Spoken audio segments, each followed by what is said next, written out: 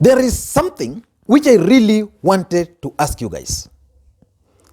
Is Kipchumba Murkomen sincere in his latest move to join the Building Bridges Initiative campaigns across the country?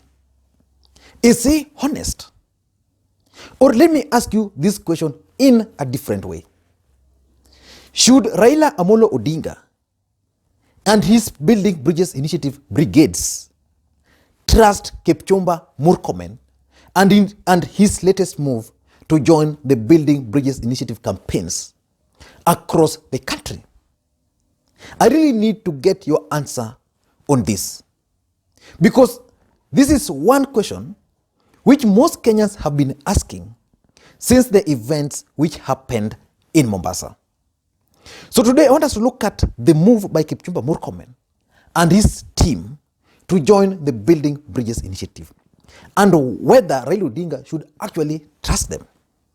But before we do that, if you are bumping on this video for the first time, I want you to just take a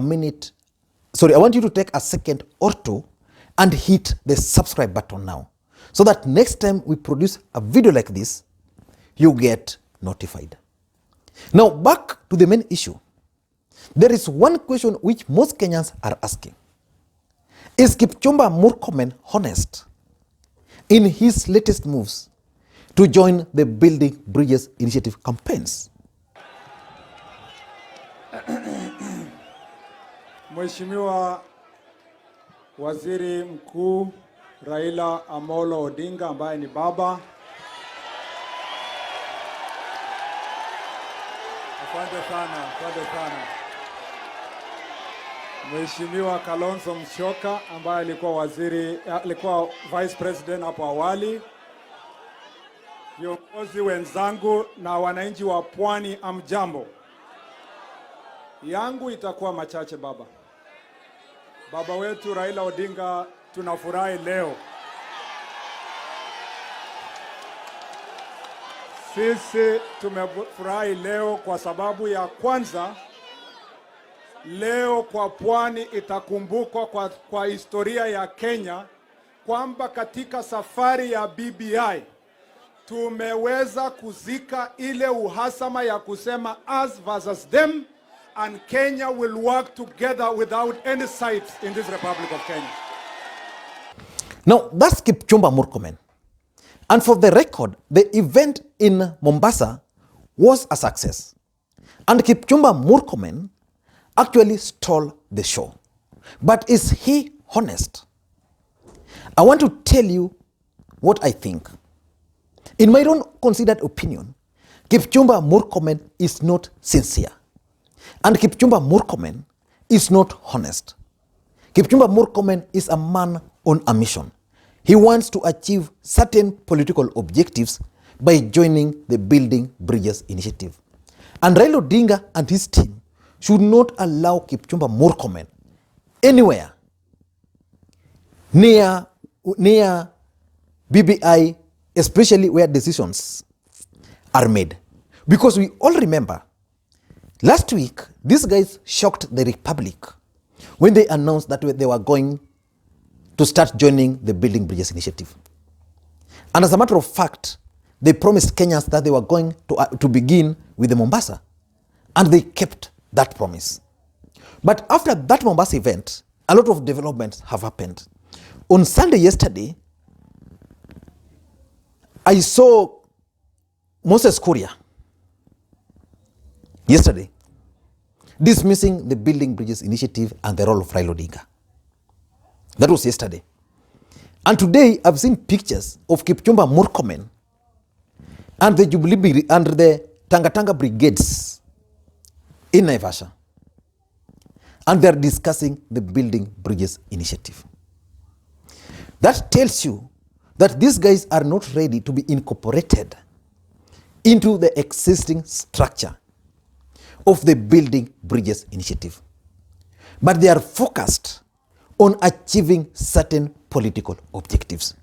And Raila Odinga must be very careful, because if he's not careful, they are going to lose the narrative, they are going to lose the momentum, and they are going to lose the entire plot. Why am I saying so? Kipchumba Murkomen's mission on joining the Building Bridges initiative is very clear. Number one, the first mission which Kipchumba Murkomen wants to achieve is to re-strategize. The Team Tanga Tanga wants to re-strategize using the Building Bridges initiative campaigns. Remember, for the last 2 years, the Deputy President and his brigades have been traversing this country campaigning. And they've been campaigning against the Building Bridges initiative. They never even presented their opinions to this meeting, to the BBI. And when the president received the report and the report was officially launched, Team Tanga Tanga confirmed that indeed they are now comfortable with that meeting. And before that, they had called meetings separately. The Western guys met, the Team Tanga Tanga from Central Kenya met in Embu, the Kisii guys met. The only people who did not meet, actually they also met, were his allies from Rift Valley. They met in Naivasha, but the move to join the campaign came before they could read their statement. And they were told to now confirm that they were going to support the Building Bridges initiative. But the guys from Central, from Kisii, the guys from Western announced that they were not going to support. But from that time also, these guys have not been very consistent. And remember, they've been campaigning for 2 years. But the Building Bridges initiative campaigns happened only in Kisii and in Kakamega. And that created a lot of confusion because those two rallies neutralized whatever they've been doing in the last 2 years. So they needed to re-strategize.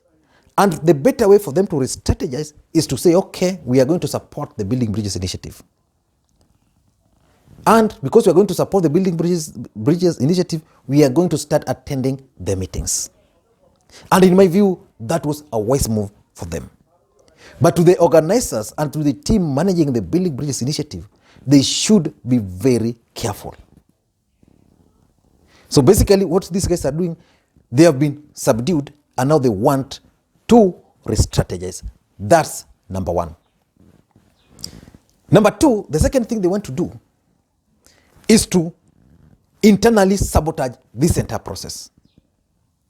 Remember, the Building Bridges initiative from the time it was incepted, that is from the handshake, they opposed. When the team which was collecting the views, they were not included, so they opposed that team. The team went around, collected the views, they opposed the views. The team prepared a report. Initially, they rejected the report, but now there's nothing they can do. Reggae cannot be stopped because reggae is strong. So the best thing for them to do is simple. Join the team, claim you're joining the team, because it's a public forum. Nobody should actually deny anybody a chance to join the Building Bridges initiative. So you join, but then sabotage it internally. And this one they can do through so many ways. They can change the narrative. They can put certain demands which will make people not to agree. So that's number two. Number three, which I think is also the key, is that these guys are keen on stopping any ally of the deputy president from jumping from their side to the BBI side. And this is very clear. Remember, just like I said, the DP has campaigned for 2 years. And during some of these campaigns, he has always been accompanied by several people. And when in Kisii, we saw an MP defecting from that camp. Then we went to Kakamega, then we saw 2 MPs who are key allies of the deputy president officially dumping that side to support the team BBI. The same was likely to happen in Mombasa. So to avert that, the best strategy, which in my view was very good, was to accept to join the team. Because if you can't beat them, the thing is you join them. So it means in Mombasa, now we had allies of the Team Tanga Tanga on one side, and we also had the Team Keleweke on the other side. So basically, even if there was a member of Team Tanga who wanted to join Team Keleweke, he could not do. That could only happen if this other team was not present. So Raila Odinga and the team must be very careful. Number 4, in my view, these guys want to learn the modes of operations. How is this team operating? How are their campaigns organized? And if they are in the podium, what normally happens? What do they normally do? And that's politics. So by attending, assuming they'll attend this event in Mombasa, they attended it. And of course, I think the organizers also tried to made sure that they didn't really get the inside details of how these meetings are organized. Then another one is being organized in, the next one I think is in Meru. No, is it Meru? The next meeting should be in Meru, I think. Not Meru. The next meeting on 1st will be in Makwiny. And still the Wiper and the rebels, Kalonzo versus Ngilu, Mutua, Kivuta, they have not agreed, because the organizers are insisting the event must be held on 1st. Kalonzo and his team wants the event to be held on 7th. So still there's that pull and push in there. So if they'll be part of this team, then they'll understand how these things are organized. Remember, the next one will also be in, I think, Garissa or Meru, then Nakuru and Eldoret. So probably they also want those areas. They want to figure out, how are these guys operating? How are they identifying the delegates? If there's a delegates meeting, who is appointing them? So they can only understand that if they joined the team. And once they know the mode of operations, then it will be easier for them to even decide to sabotage the entire process from within. Number 5, I think these guys are just out to cause confusion. Before they came into the picture, the Building Bridges initiative was moving. They were opposing, but it was moving. In fact, the Building Bridges initiative at some point received a lot of resistance from Kenyans. But these guys moved. They kept on surging until Kenyans now started joining in Kisii, in Kakamega, Mombasa. So they don't want that to happen. So they want to create confusion. And already they attended that event. They are planning parallel event. That's confusion already. They are coming up with the new demands. Things like those. So basically they want to just cause confusion within the Building Bridges initiative. Number 6 is what I can call they want to secure their strongholds. And while doing that, they also want to venture into the enemy's territories. And this is something which should worry Raila Odinga. I think the Deputy President is a good student of Raila Odinga. And he understood that the guy who has worked with Raila Odinga was Kipchumba Murkomen. He has worked with Raila, he has worked with Raila, he worked with Raila, he worked with Orengo and the Reformist. During that time, the Deputy President was on the other side. So he has sent Kipchumba Murkomen, because Kipchumba Murkomen, basically, just like Moses Kuria keep on saying here, these are people who are readily accessible. I mean, people can easily accept them. They go to Kisumu. Moses Kuria comes to Kisumu today, people will receive him. Kipchumba the same. And these are the people he has sent. So basically, he has realized that the Building Bridges initiative is moving. If they go to Embu, for example, or Meru, for example, which is a Jubilee stronghold, and they have a successful meeting, that will be perception, because politics is all about perception. If they go to, say, Eldoret and pull a crowd there, then that's perception. So what they are doing now is they want to be part of the Building Bridges initiative, so that when events are organized in their area, they take charge. And basically that's why they don't want Tolgos in Rift Valley. So they want to take charge. So as they take charge in their territory, it means they'll dictate who attends, who will not attend.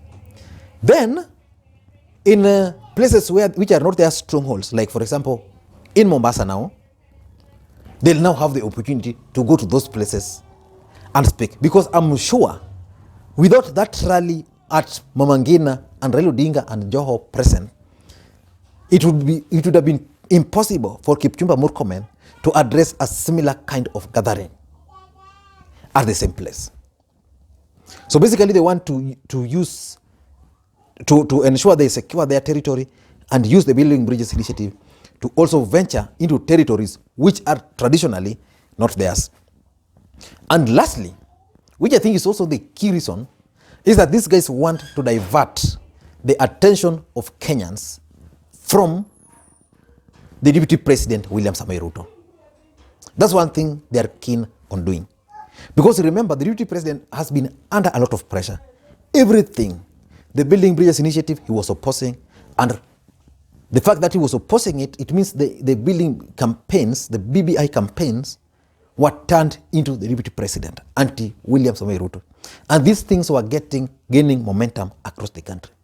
And they don't want the country to be set against the Deputy President.